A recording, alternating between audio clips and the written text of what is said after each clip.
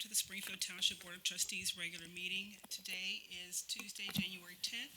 The time is approximately 5:30 p.m. Mr. Burning, may we please have a roll call? Yes, Mr. Burning? Present. Mr. Honolaw? Present. Ms. Davis? Present. All the trustees are present. Thank you. Would I like to ask each of you to stand in Pledge of Allegiance. to the Pledge of Allegiance. Allegiance to the flag of the United States of America and to the republic for which it stands, one nation, under God, indivisible, with liberty and justice for all. Thank you. So next we have two sets of minutes for approval before the board. Regular session, December 13th, 2022, and our regular work session and organizational meeting, December 22nd, 2022. And we also have a special meeting, bid opening, January 4th. That's before the board for our approval. Do I have a motion? So moved.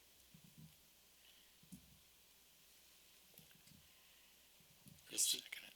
Second. All those in favor? Aye. Motion carries. And I'll let the record reflect, I didn't vote on that because I was ill and did not attend the organizational meeting on December 22nd. Thank you, Mr. Harlow.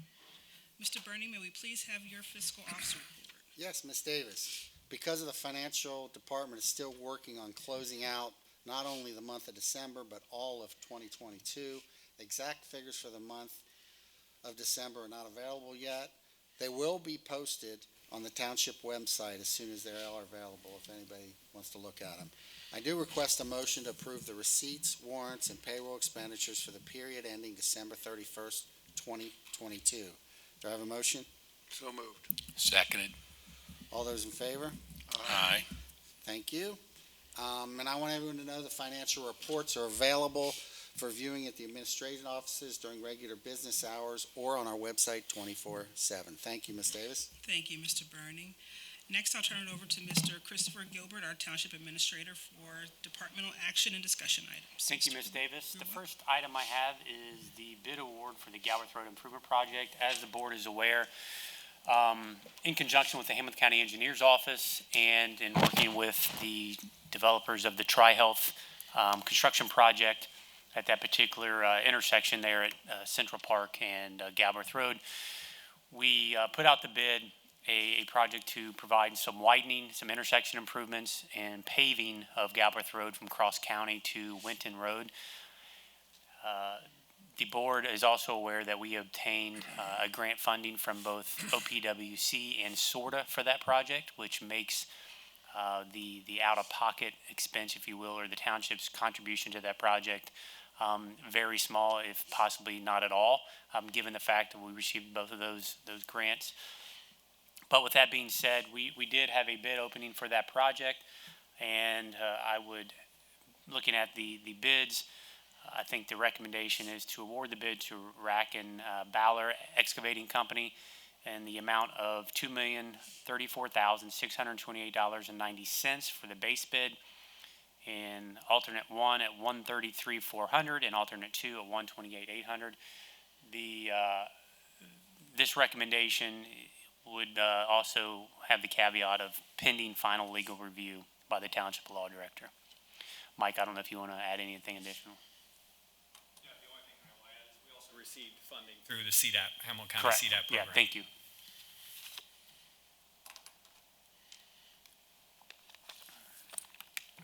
Mike, on those two bids, is the alternate something that we're gonna be selecting? Because it almost looks like Bruce would be less. The way the alternate is an either or in a situation. It's either a fast drying cement or a cement that we would have to set up a traffic plan and what have you. We're going to go with the traditional concrete. We find that that's a better quality product. So it's not an additional improvement. It's kind of an either or is the way we set up that bid. So we wouldn't be selecting both alternates. We'd be doing alternate two, correct? Correct. Okay. All right. It is a little confusing.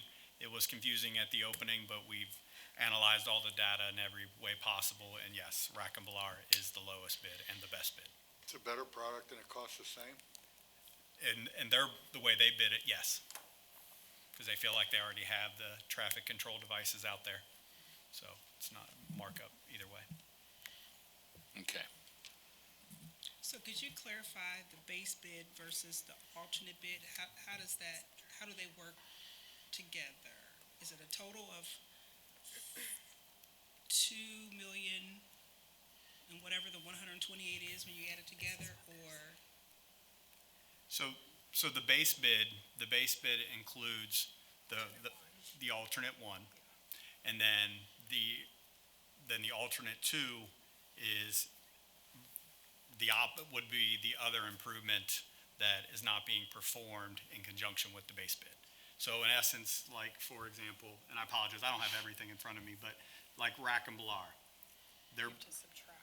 yes, you have to subtract alternate one from the base bid to land where, Add alternate. or add alternate two to the base bid. It's clear as mud.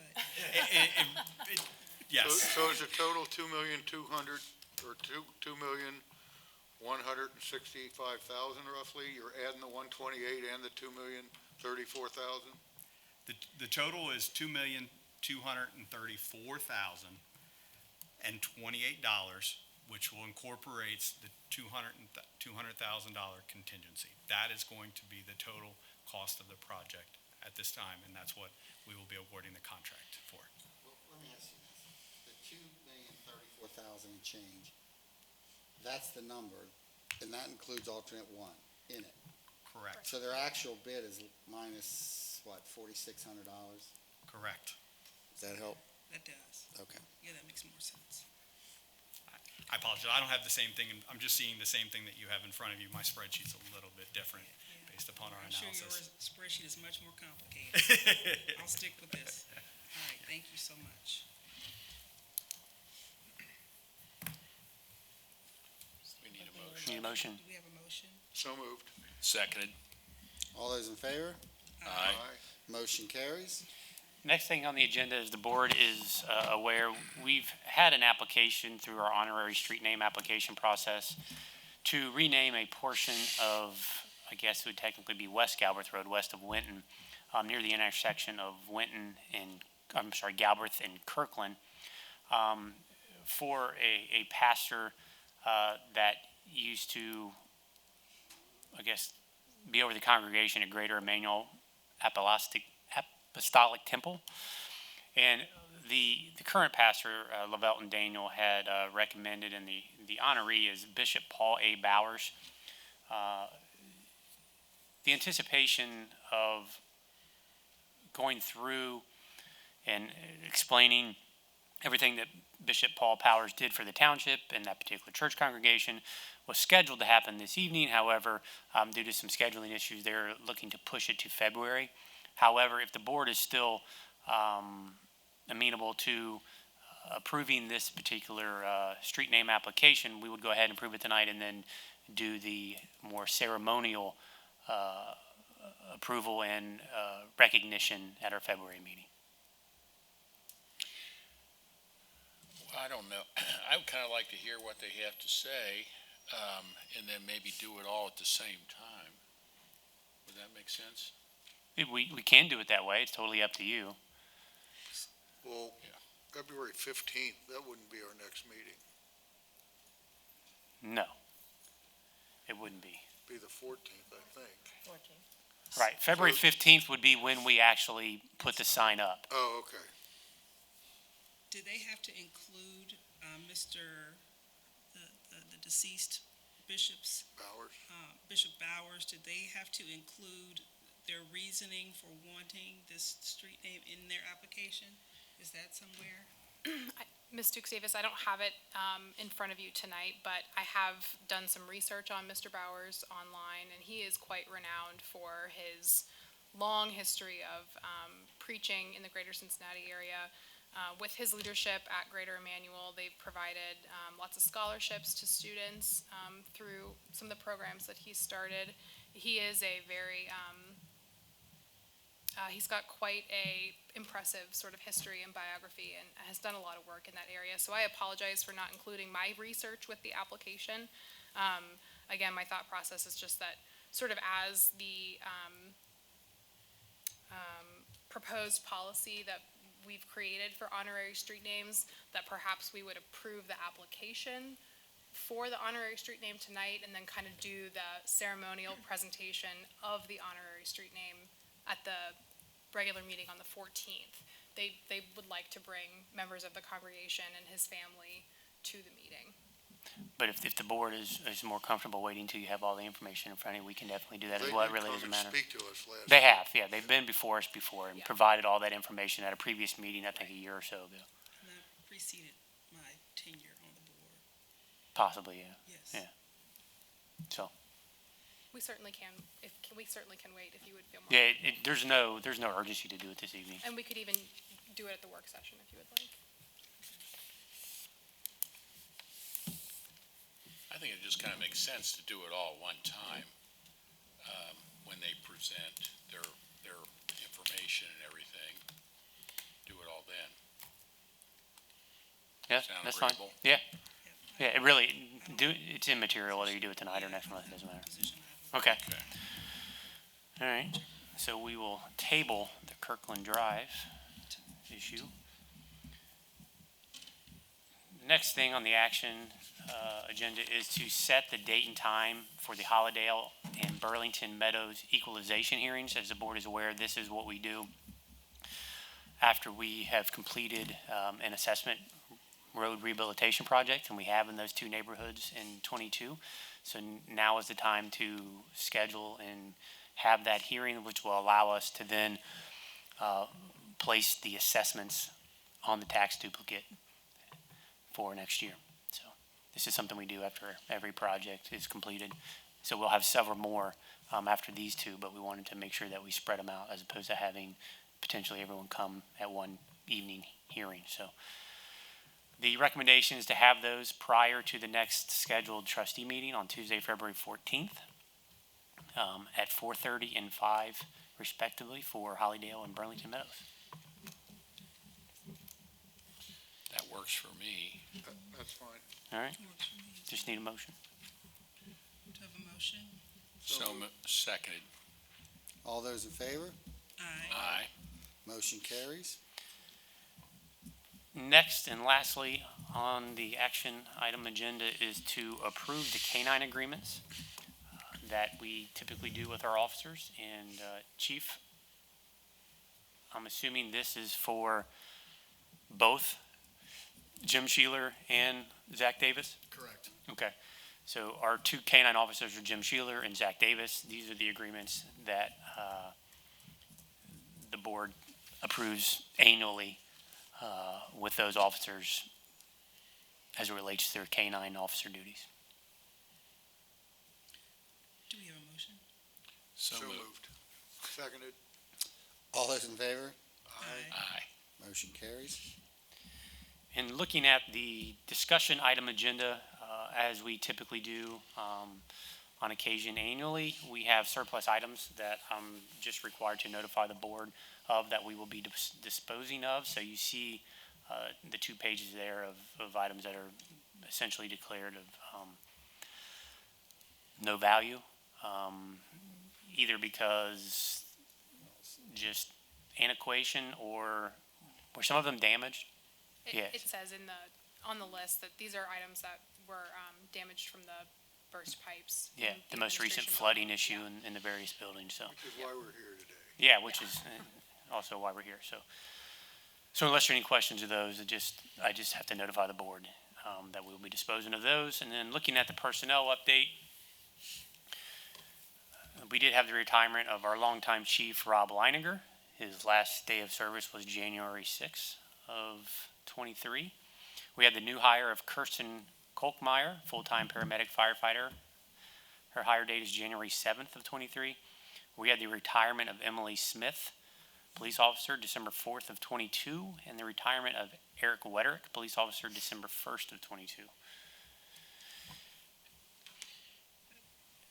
community events and programs. Kim, unfortunately, was not able to make it tonight because she is in the process of moving Arch Connect to the vacated Brent Elementary School building so that she can continue with classes and programming while we do the repairs necessary to the Arch facility for one of those flooding incidents that we mentioned a few seconds ago that unfortunately happened on Christmas Day. Both buildings, both the older portion of admin as well as the Arch Center, had flooding on Christmas Day that caused significant damage and that we're in the process of cleaning up now.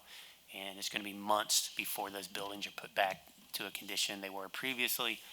And as a result, Kim and her staff and volunteers are moving over to Brent Elementary, which Finneytown Local School District has been so gracious to allow us to use. Since they are not currently using that building, it will allow us to continue Arch programming during the time of repair for the Arch Center. So we're very thankful to the school district for that. The board has copies of the departmental activity reports, so unless there are any questions of those, that concludes my report. And Mr. Gilbert, there have been other community businesses that have stepped up to help Arts Connect as well. Correct. Am I correct? Yes. Wonderful. Thank you to everyone who stepped up at this time, and to staff who worked on Christmas Day to clean up that And mess. well beyond. And well beyond. And are still Yeah. doing it. So, thank you, Mr. Gilbert. So we have 4 resolutions before the board tonight. First is resolution number 8-2023, authorizing sale by internet auction of unneeded, obsolete, or unfit for use property in the police department. Do we have a motion? So moved. Seconded. Mr. Burning? Aye. Mr. Honalaw? Aye. Ms. Davis? Aye. Resolution carries. Next is resolution number 9-2023, authorizing private sale of unneeded and unfit for use property in the police department. Do we have a motion? So moved. Seconded. Mr. Burning? Aye. Mr. Honalaw? Aye. Ms. Davis? Aye. Resolution carries. Next is resolution number 10-2023, declaring nuisances pursuant to Ohio Revised Code Section 505.87 at various listed properties within Springfield Township and authorizing statutory actions necessary to abate the nuisances. Do we have a motion? So moved. Seconded. Mr. Burning? Aye. Mr. Honalaw? Aye. Ms. Davis? Aye. Resolution carries. And finally is resolution number 11-2023, establishing assessment for abatement of nuisance and certifying same to the Hamilton County Auditor. Do we have a motion? So moved. Seconded. Mr. Burning? Aye. Mr. Honalaw? Aye. Ms. Davis? Aye. Resolution carries. Is there any old business before the board? Mr. I do Burning? not have any. I do not have any. Is there any new business before the board? Not this evening. I do not. Now we've come to the citizen participation portion of our agenda. If there's anyone here tonight that would like to talk to the board, to step up.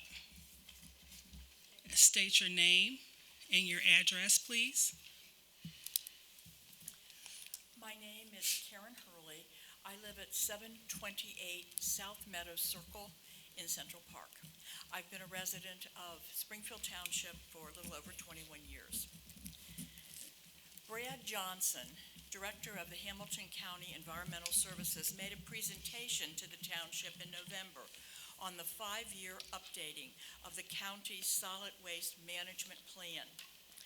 I want to make sure you are aware of the issues that need to be considered before casting your votes to accept or reject this plan.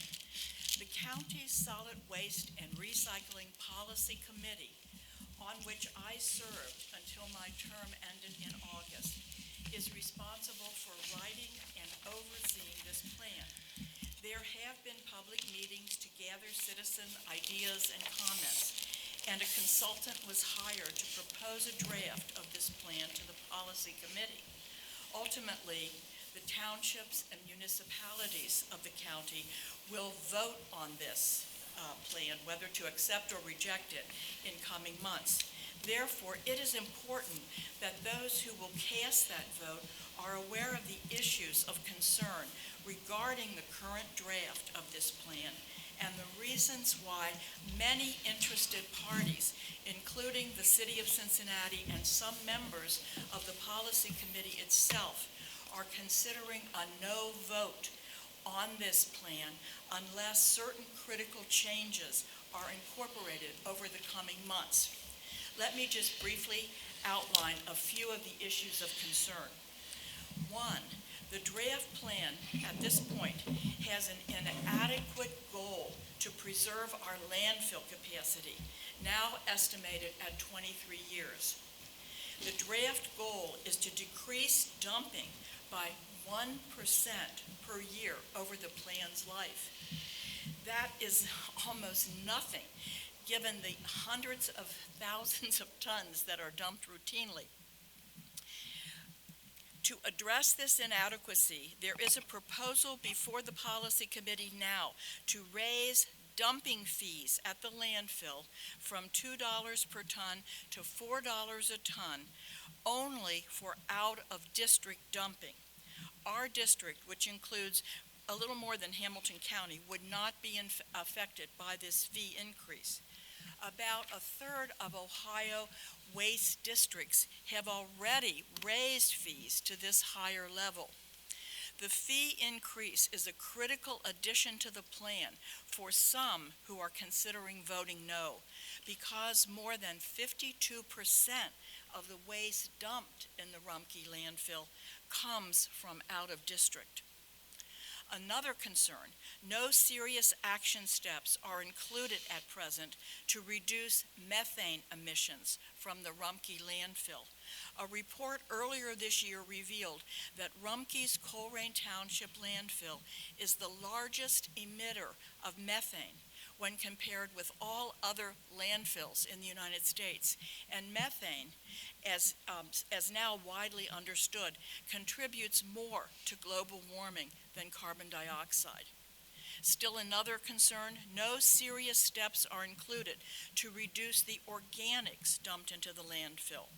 These organics, mostly food waste, comprise about 1/3 of what is dumped, taking up precious landfill space and producing methane.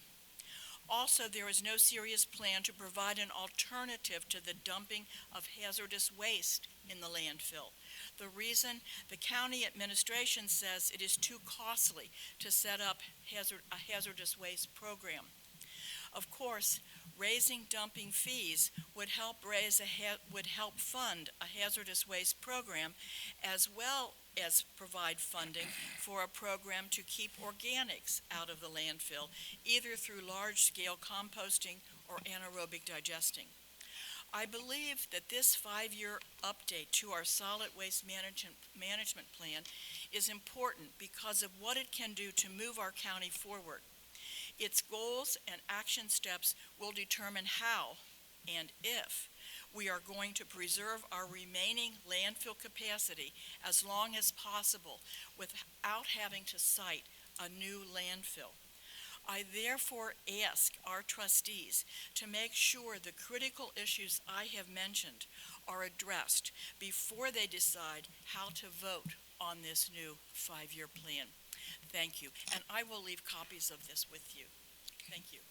Thank you very much.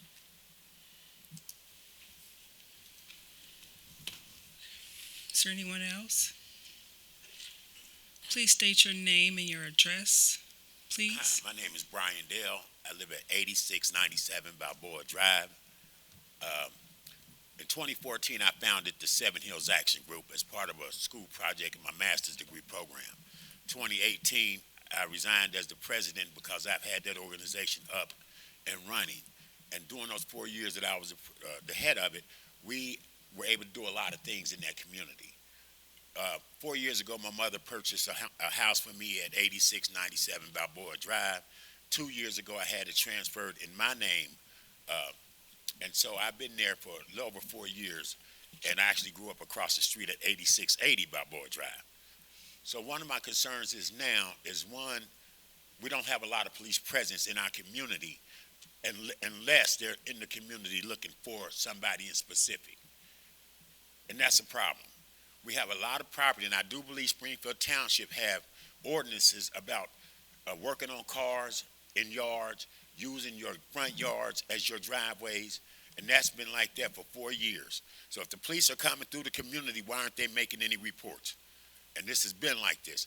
My front yard, I got a beautiful yard. I've had police officers stop by and say, man, your yard is really nice. However, the street, I got to go out and edge the grass out of the front of the street. The street, the grass get up 2 or 3 feet high. So I got to weed eat the grass. And I know for a fact, and Mr. Gilbert, when we were talking with Seven Hills, before we had some roads paved up there, one of the comments he said is, well, you guys ain't, at least you guys aren't the worst. Glencoe has over 95% bad roads. So right now, the only thing been paved has been DeSoto. That's it. Everything else has been patchwork. And we got grass growing out all our streets. They're corroded. No curbs nowhere. There's no defined, nice-looking property because the streets and the curbs are horrible. We pay taxes like everybody else. You go right behind here, you don't find streets like that. I've been over through Finneytown, you don't find streets like that. Right now in Lexington Heights, they're doing repaving streets and curbs again, and Seven Hills ain't like that. So why do they not pay attention to Glencoe? So I'm getting ready to start an organization in Glencoe, and these are some of the things that we want to work with Springfield Township on to try to help build our neighborhoods back up. In 2016, we received one of 7 awards in Seven Hills, the Golden Spade Award, one of 7 awards that Keep Cincinnati Beautiful give away out of 54 communities. In Seven Hills, we got one. I was the one who wrote the proposal and the grant for the Gateway Project up at the bus stop up there, entering Seven Hills.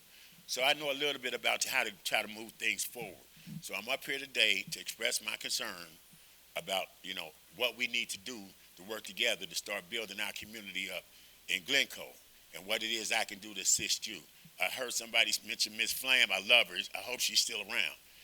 Great lady. So I'm willing to do what I need to do to take initiative. And as I said, we will be coming up here with a group. I am getting ready to form an organization for this purpose, because it's people that's in the community, and I don't know who you hold accountable, the people renting the property or the landlords. We had that issue in Seven Hills. And so we need to start holding people accountable, because if the police is coming through there, it's yards with literally garbage everywhere, using the front grass as a parking lane, and their yard is full of garbage, My whole philosophy, if you clean up right in front of your house and right to the side of your house, if everybody done that, the whole street would be clean.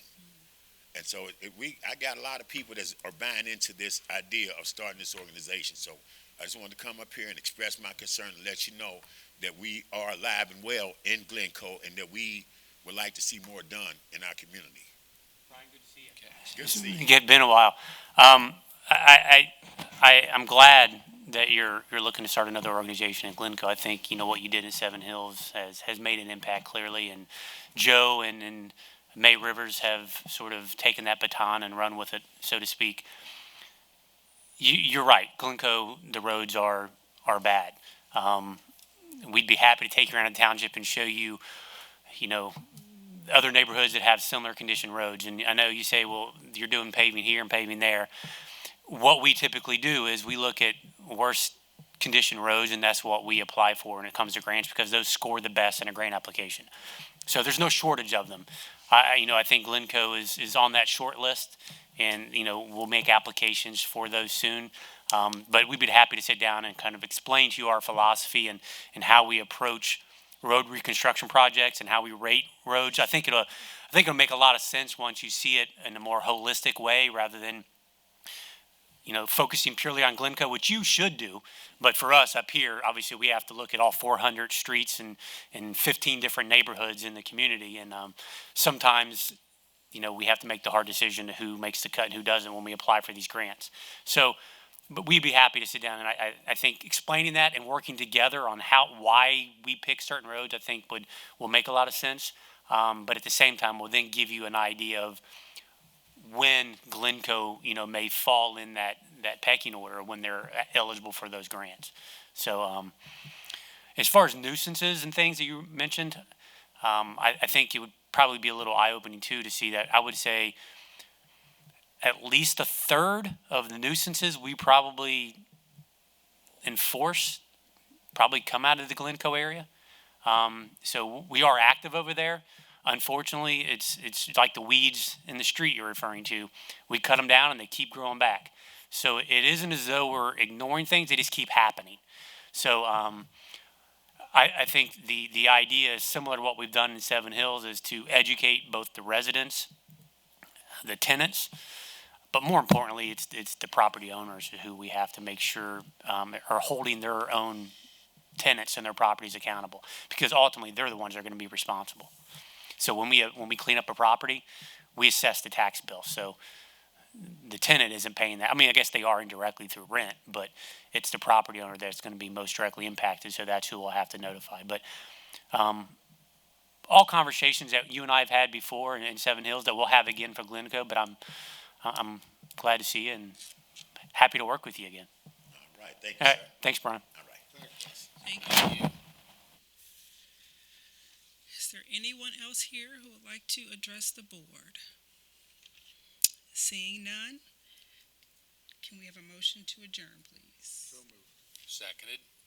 All those in favor? Aye. Meeting's adjourned. Thank you all Thank for you, coming. everyone, for coming.